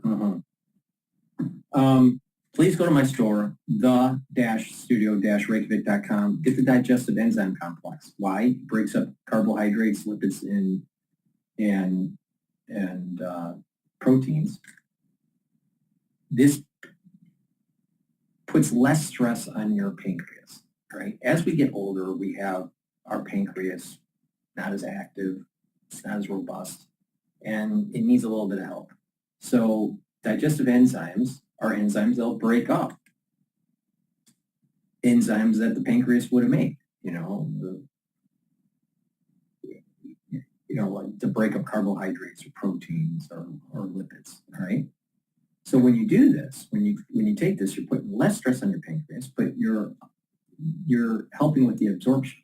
Now, if you work out, this will, by taking this, especially if you're an athlete or semi-pro athlete or a bodybuilder, but if you work out, you'll recover quicker by taking the digestive enzyme complex because you're breaking up the nutrients you need to fuel your muscles again. So please go to my store, the-studio-reykjavik.com, and get the digestive enzyme complex so you put less stress on your pancreas. And in addition, it has bromelain in it. That's fibrinolytic, so it'll help to break up clots. And because of its proteolytic, it will break up glycoproteins. Now, this was important to take during the 2020 crisis. Why? Because it breaks up proteins and it's fibrinolytic. Now do you understand why I kept on saying follow the protocol when you were going through the crisis, in the aftershock of the crisis? So please go to my store, the-studio-reykjavik.com, and get the digestive enzyme complex. Lignans helps to boost up your immune system. How? By lowering inflammation and its antioxidant. In addition, it also helps with hormonal health for males and females. Our endocrine system and our immune system are disrupted because of our daily life and the aftershock from 2020 crisis. We need to boost up our immune system. Take lignans every day. It's a powder. You mix it with food or with water, filtered water. Take it every day. There's a little scooper in here, and you just take it with your food once a day. Good night formula. Really important to get 3 cycles of REM sleep and deep sleep so you consolidate memory, detoxify your body, and be well rested. Take good night formula every day, especially if you are having a problem sleeping. Chronic sleep deprivation can lead to early onset of dementia.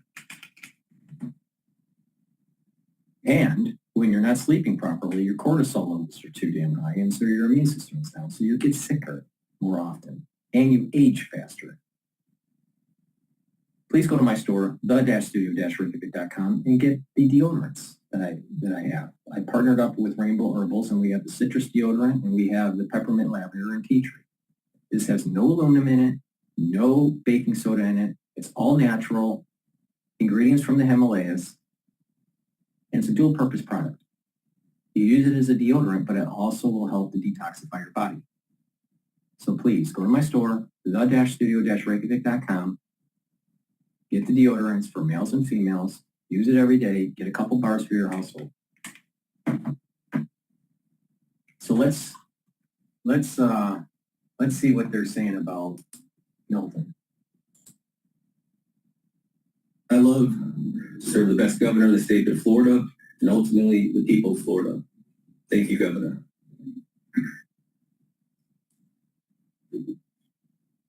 So we're bracing. What we know we're going to get hit later tonight or early tomorrow morning. It is going to bring a lot of ferocity. It's going to bring a lot of hazards, a lot of damage. You still have time to make the decision to ensure your safety. You do not have to get on the interstate and drive to Georgia. You don't have to drive to Pensacola. You can go to a local shelter, which would be likely tens of miles away. We also have now these state shelters. There's massive, massive amounts of room in all of those shelters. You ride it out for a night. Storm's likely going to be gone on the east coast of Florida by tomorrow afternoon. You're going to obviously have first responders and everyone on the scene immediately and doing what they can. But you're going to be able to get back. You're going to be able to resume your life. But just make sure that you're putting yourself in a situation where you can safely weather the storm. So you still have time. Time is running out. If you make that decision now, I think you'll be glad you did. Yep. A lot of people are choosing to stay in Sarasota and Charlotte County. What's your message to those people that are choosing to stay in their homes? Well, if you're not in an evacuation zone, I would imagine there's a lot of population in some of those areas. You know, like Kevin said, if you're going to hunker down like that, you're basically going to be, if you're not in a flood, you're basically going to be concerned about the wind. And this is a strong storm. So if you start to hear popping, if you start to hear trees snapping, you got to treat that like a tornado, and you got to hunker down because you're going to have debris, you're going to have trees, you're going to have things that could potentially fly around and cause a threat to your life. Now, if you are in an evacuation zone, how many freaking hurricanes have happened in Florida? Do they really need to be told that trees are going to fall down? Electric lines are going to be snapped? Really? That's what I'm talking about. We're run by a bunch of idiots, and he's a highly educated Yale guy. Let's jump into Bloomberg here and see what they have to say. Don't adequately consider what I call stack value is. You are trying to build and upgrade your grid for more renewable resources, greater electrification. That is, they have to have more capacity, and at the same time to build them back more resilient. Those two things, when you think about them as a stack value, it becomes more understandable, more digestible. Estimates for undergrounding, it's very expensive. Florida and Power Light has a particularly extensive undergrounding program underway right now. But you know, it's $1 million to $2 million, depending on which part of the country you're talking about, to underground lines. And most of the lines that are overhead and cause most problems are ones that run up and down city streets, commercial areas, that kind of thing. And even in the best case, whether they're hardened or not, you know, oftentimes in major hurricanes like this, it's not just trees toppling on lines, but it's flying debris, hitting poles and vines and things like that. So an event like Milton is particularly problematic, but the increased investment can certainly help. Hey, Mike, thanks so much for joining us. Really appreciate getting your insights here. Michael Sullivan, he's energy and utilities consultant for PA Consultant. They're based down in Annapolis, Maryland there. So again, the hurricane barreling towards the west coast of Florida.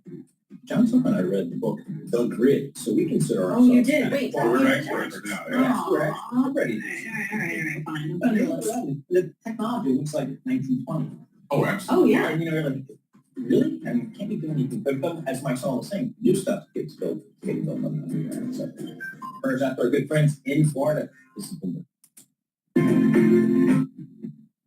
Please go to my store, the-studio-reykjavik.com, and get the nattokinase. This is synergistic with omega-3. What nattokinase does is it helps to break up clots because it's fibrinolytic, but it also helps to bring down LDL levels and increase HDL levels. So it helps with your cardiovascular health. So please take nattokinase every day. I've added this to my protocol. So please, it's important to really focus on cardiovascular health and fitness. All right. Some of the major diseases of the United States: cardiovascular disease, diabetes, and diseases that are related to lifestyle, like pulmonary diseases because of smoking or whatever.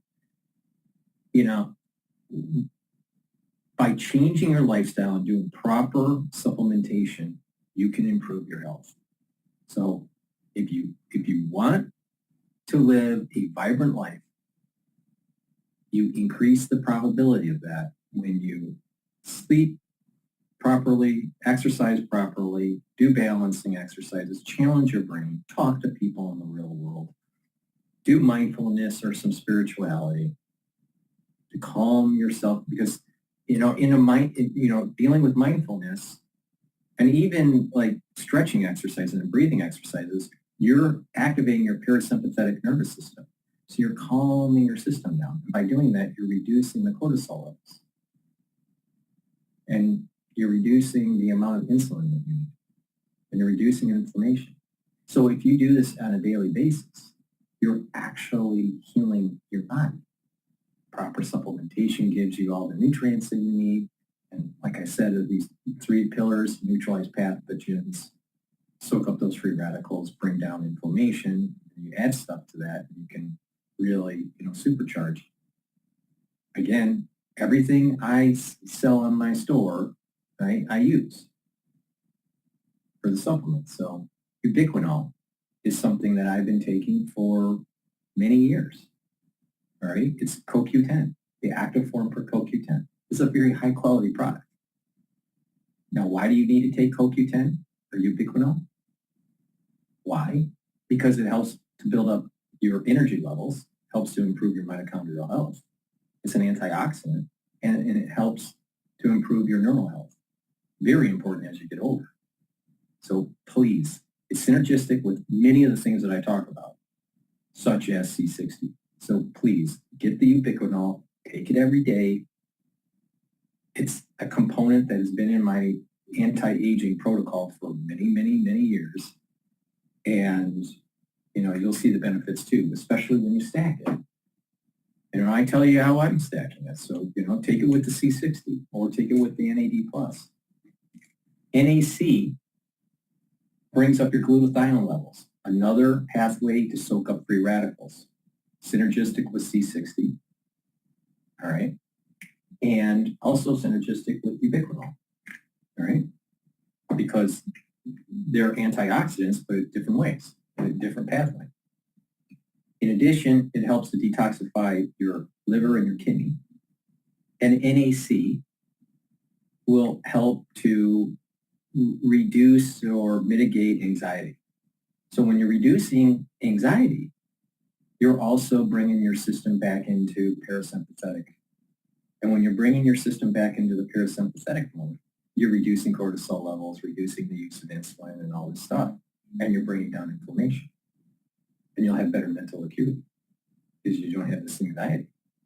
So please, take NAC, boost up those glutathione levels, soak up those free radicals, detoxify your liver and kidney, and reduce or mitigate anxiety. Get yourself into a parasympathetic mode. NAD+ helps to increase your energy levels, and it helps to heal your DNA damage. When we get older, our DNA damage accumulates, and it's harder to repair. You need NAD+ as a supplement to boost that capability to repair DNA damage. Really important when you get older. In addition, it helps to improve neural health. very important as you get older. So please go to my store, the-studio-reykjavik.com, and take NAD+. It is synergistic with ubiquinol NAC C60. And lastly, vitamin K2 MK7. Vitamin K2 is really important for your bone health, for your joint health, because it helps with the cartilage, it helps with the ligaments, it helps with the tendons. In addition, it also helps with your cardiovascular. It's synergistic with D3. So K2 you take with D3, all right? So please go to my store, the-studio-reykjavik.com, and get the vitamin K2. All right, what's going on with Boeing? They're skilled employees, right? So they're hand-making aircraft, right? And you would have to, if you decide you're going to backfill and train some, you have to have people on hand to train the new people coming in to make an airplane well. It's impossible to replace them. And now I think we're in this game of chicken, right? Where like we talked about previously, Boeing's potentially going to have a downgrade, but look, I think the downgrade doesn't matter as much anyways, right? It's just a credit rating. You can get it back later on. This is the recovery of this company. That cash is dwindling. They have a lot of airplanes sitting in inventory. They need to get back to work. And I think if the workers can find a way to hold on, I'll tell you, this is a major problem because Boeing is a major aircraft company, major manufacturer in the United States, and part of the war effort. If they go belly up, you got a problem for your military-industrial complex. All right? Now, yes, the military-industrial complex is, an evil empire, and you know how I feel about the national security state. It needs to be truncated. But we need good manufacturing, especially if we're going to have a war with China. So these strikes and the quality issues that they have is a risk factor on the military prowess of the United States for a war effort. So pay attention. This seems like, oh, it's no big deal. It's just Boeing and strikes and blah, blah, blah. No, it's related to our ability to project ourselves in Asia with a military conflict with China or even a military conflict with Iran. This is a sign that America is weakening. Now, didn't I say that America is being challenged and cursed? Got hurricanes. And some people think that it's, created by the government and blah, blah, blah. And I don't know. But the thing is that Americans are being cursed. Now, it can be cursed through means by humans or means by Mother Nature. But it's still being cursed. Because God can intervene and say, I don't really care what the Americans, what humans are doing. I'm going to do this. All right. And if he wants to bless you, he'll bless you. If he wants to curse you, he'll curse you. It's really simple. All right. So a lot of bad things are happening, especially right before the election. And remember what I said about the election. When you have leaders of countries, there is a special soul root that they get. So, and these soul roots battle in an upper level. There's different levels of the world or universes. All right. And so we have our universe, but there's a universe above this one. Right. These souls of Trump and Harris are battling each other. All right. And what happens, we don't know yet. We'll see. So there's a battling of the souls, and there's a curse that's coming down on the U.S. And you got these pressure points. The amount of devastation will take years to fix. It took years for Sandy to be fixed in New York. All right, because it was not just New York City, but it was also upstate, and also New Jersey and parts of Connecticut. But it took years. You had buildings being retrofitted and fixed up after Sandy that took years. You had these generators, outside providing power generation, and also heaters, like sometimes the boilers were destroyed that were in the basement of some of these buildings. So you had, kind of like a heating and cooling unit that was outside for years. So you had an electrical system and a heating and cooling system that was outside of the building in these trailers for years. For some buildings, not every building, but definitely in areas that were Zone A, where there were floods. So it will take years for this to be fixed up. And so it's going to affect the GDP. It's going to affect the economy, right? Now, there will be some rebuild that helps the economy out, but there are going to be many people that can't rebuild for various reasons. There's a curse. Wake up, guys. Wake up. I'm not wrong on this. I am not wrong on this. And you're starting to see another curse with the military-industrial complex. The viability of Boeing is a big deal. Big deal. Wake up. Americans are getting cursed. Please go to my store, the-studio-reykjavik.com, and get the zeolite. Zeolite helps to detoxify your body. It detoxifies your body from heavy metals, chemicals, and toxins. It's a negatively charged molecule. Zeolite is a negatively charged molecule that attaches to positively charged heavy metals, toxins, chemicals. All right. So when you have toxins in your body and they start to metabolize, they start to have a charge. All right. So what happens is that this zeolite will attach to that positively charged toxin, and then it'll allow you to excrete it out in about 6 to 8 hours. Now you can take zeolite every day throughout the whole year, or some people just detoxify their body once or twice a year. It's up to you. If you're going to do it every day as like a maintenance, then what you do is just take a couple drops underneath your tongue, drink it with filtered water, and you're good to go all year round. If you're detoxing like once or twice a year, then take a few drops underneath your tongue, drink the filtered water until you use up the bottle. Do that once or twice a year. It's up to you, all right? But you can take this all year round. Now, what's important here is that you need to stop ingesting the poisonous foods and the poisonous water that's in our environment, all right? Filter your water. The water has many chemicals and toxins and heavy metals that are bad for your body. So filter your water.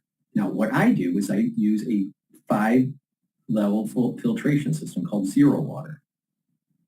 I've been doing that for 2 decades. So please make sure that you filter your water. Extremely important. Then the next step is stop eating processed foods and bad quality food. Then start detoxifying your body. There are many ways to detoxify your body through colon cleanses and taking things like zeolite. By taking zeolite, it's going to soak up those toxins, heavy metals and chemicals, and you'll be able to urinate them out. And you have stopped the ingestion of these things. Now, there are some chemicals you may be breathing in, or that may be in your cooking wear or on your clothing. You're always going to be exposed to somehow, some way. Well, if you just radically reduce your intake of these chemicals, then what will happen is that your body is going to be filtering it out with the zeolite. You're not ingesting as many, so the concentration of these chemicals and toxins will start to diminish over time in your body. And what you'll notice is that your endocrine system is going to start to go up. Your endocrine system is going to be better.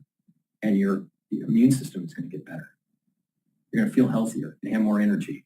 You're going to have less free radicals because of these toxins you're getting out of your body. Will you get all toxins out of your body? No. But you can radically diminish the concentrations by filtering your water and eating properly, eating high quality food, and doing detoxification methods like taking zeolite and colon cleanses. All right.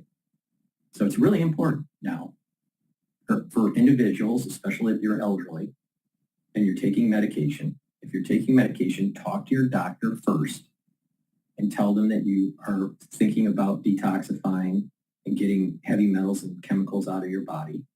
And you're thinking about taking zeolite to be able to bind these toxins. Your doctor is probably going to have to increase your dosage because zeolite might bind to depends on the medication, but it might bind to your medication and bring down your concentration levels.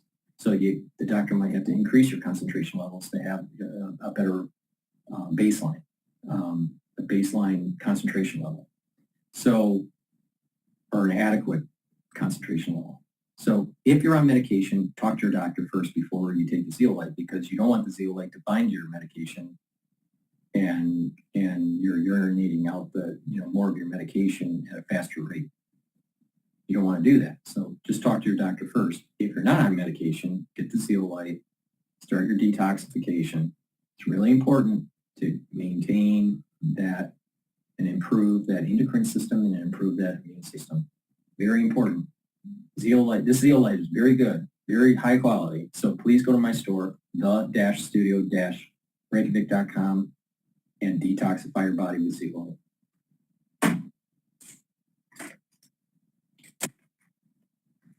C60 is a very potent antioxidant. I've been talking about it throughout these different videos. You can get it in extra virgin olive oil, MCT coconut oil, which is the one I have in my hand, or in avocado oil in a 2 ounce, a 4 ounce, or an 8 ounce configuration. You should take a teaspoon of it a day. Take it every day. It'll soak up those free radicals. And by soaking up those free radicals, you're going to improve the mitochondrial health in your cell. You're going to improve the cell's processes because there's less stress in the cell. And so your tissues and your organs are going to perform better because your cells are performing better. And your tissues are made of cells and your organs are made of tissues. So you're going to the base of the problem, and that is soak up those free radicals so it doesn't do cellular damage. Now, high free radical problem in your cells could also cause damage to your DNA. So it's important to soak up those free radicals. So this is synergistic with NAD+. Remember what NAD+ does? It fixes DNA. All right? Soak up those free radicals, boost up your mitochondrial health. You'll have more ATP. You take the NAD+, help with repairing your DNA, and those cells are supercharged. Those cells are performing better. And you're kind of rolling back your biological clock.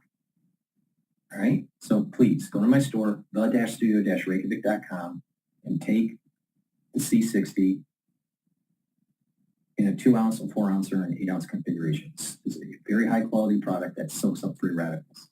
All right? It's a major component to my anti-aging protocol. Please go to my store, the-studio-reykjavik.com. That's the end of the transmission for today. Thank you for listening. I was doing, a new format, so hopefully it turned out okay. We'll see how it is after the recording here. But thank you for participating. Thank you for watching. Thank you for sharing the links.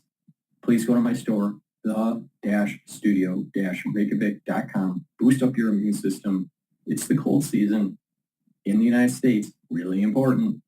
And not only that, follow my protocol. I do it. It's obvious it works. So please go to the store and follow the protocol. Follow my advice and take these supplements, and you'll start to notice that your body is healing. your body is performing better. Thank you for listening and have a nice day.